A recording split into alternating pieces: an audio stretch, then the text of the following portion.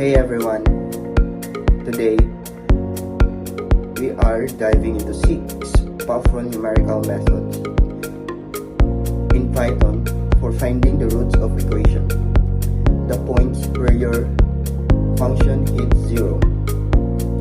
Whether you're a student, a programmer, I'll walk you through each method step by step.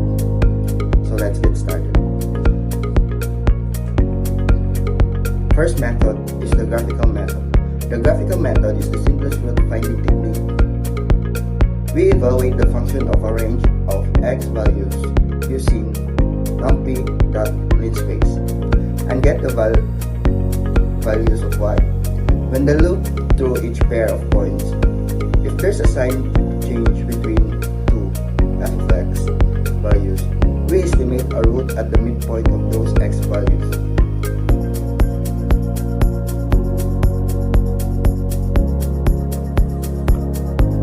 We start by sampling 400 points evenly in the given range using np.linspace. We evaluate the function at each of these points. We look for assigned changes between two consecutive y values, a key sign that a root lies between them. We estimate the root as the midpoint between the two x values. I also prepare iterations for output. We just log the x and f of x values. This method doesn't guarantee exact roots, but it's perfect for visualization and estimating where roots might be. The second method is the incremental search. This method starts from a given x start and move in step. Default is 0.1. At each step, it evaluates f of x and checks if the sign of the function changes between 2 points. That's where a root is likely hiding. This method steps through the range using a fixed increment, delta. For every small interval, we check if there are signs between changes f of x and f x plus delta. If a root is detected, we approximate it at the midpoint. We approximate the root at the midpoint between the two x values. Each log-in roots and every step is recorded in iteration. We stop when we reach the end of the range or hit the max number of steps. This is likely more precise than graphical because it's actively stepping through the domain. The third method is called bisection method. The bisection method is a reliable and powerful root finding method. It requires that f of a and f of b have opposite signs, meaning the function crosses 0 in that interval. Then we find the midpoint c equals a plus b slash 2 and check the value f of c. If f of c is close enough to 0 or the interval is small, we consider c as a root. Depending on the sign of f of c, we either move a or b closer to the root. Each iteration is logged with a, b, c, and f of c, and we repeat until we reach the desired tolerance or max iteration.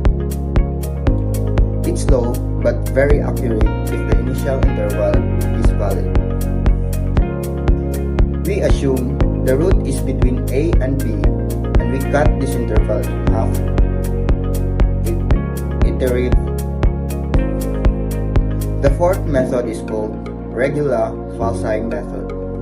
Regular falsi, or the false position method, is a smarter twist on bisection. Instead of using the midpoint, it uses a linear interpolation to estimate the root.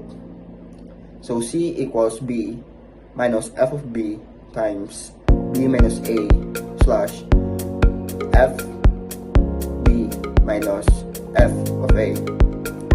This typically converges faster than bisection, especially when the function is nearly linear near the root. We still check if f of c is close to a zero,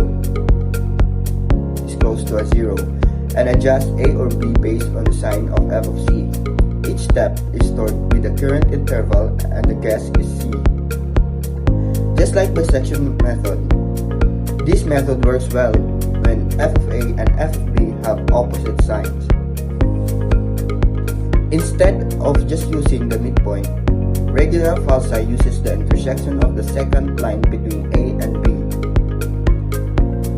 As with bisection, we stop if our estimate is accurate enough.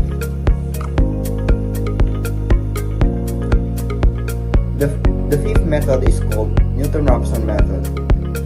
The Newton-Raphson method is fast and powerful but requires the derivative of the function.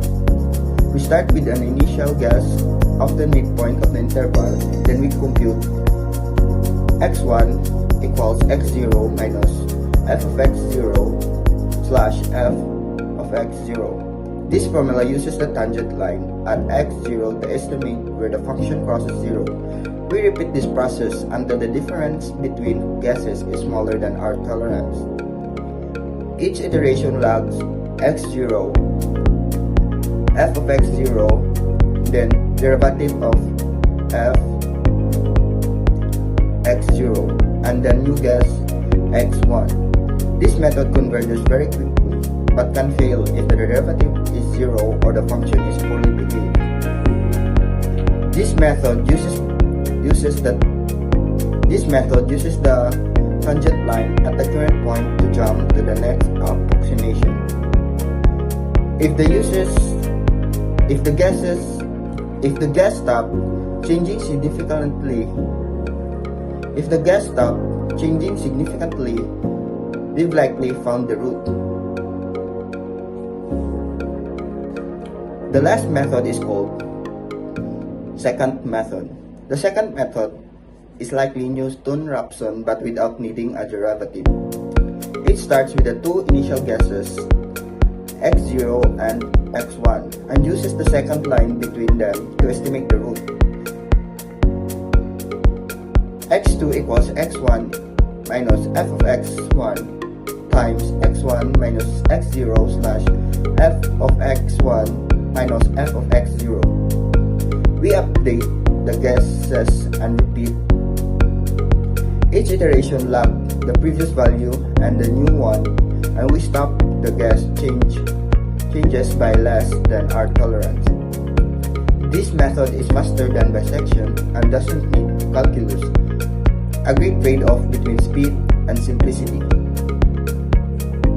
The second method is likely Newton-Raphson, but instead of using a derivative, it approximates it with two prior points.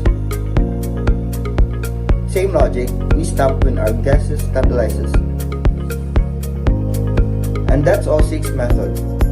Each has its strength, graphical for intuition, bisection and regular falsi for safety, and Newton and second for speed. And that's all the 6 methods.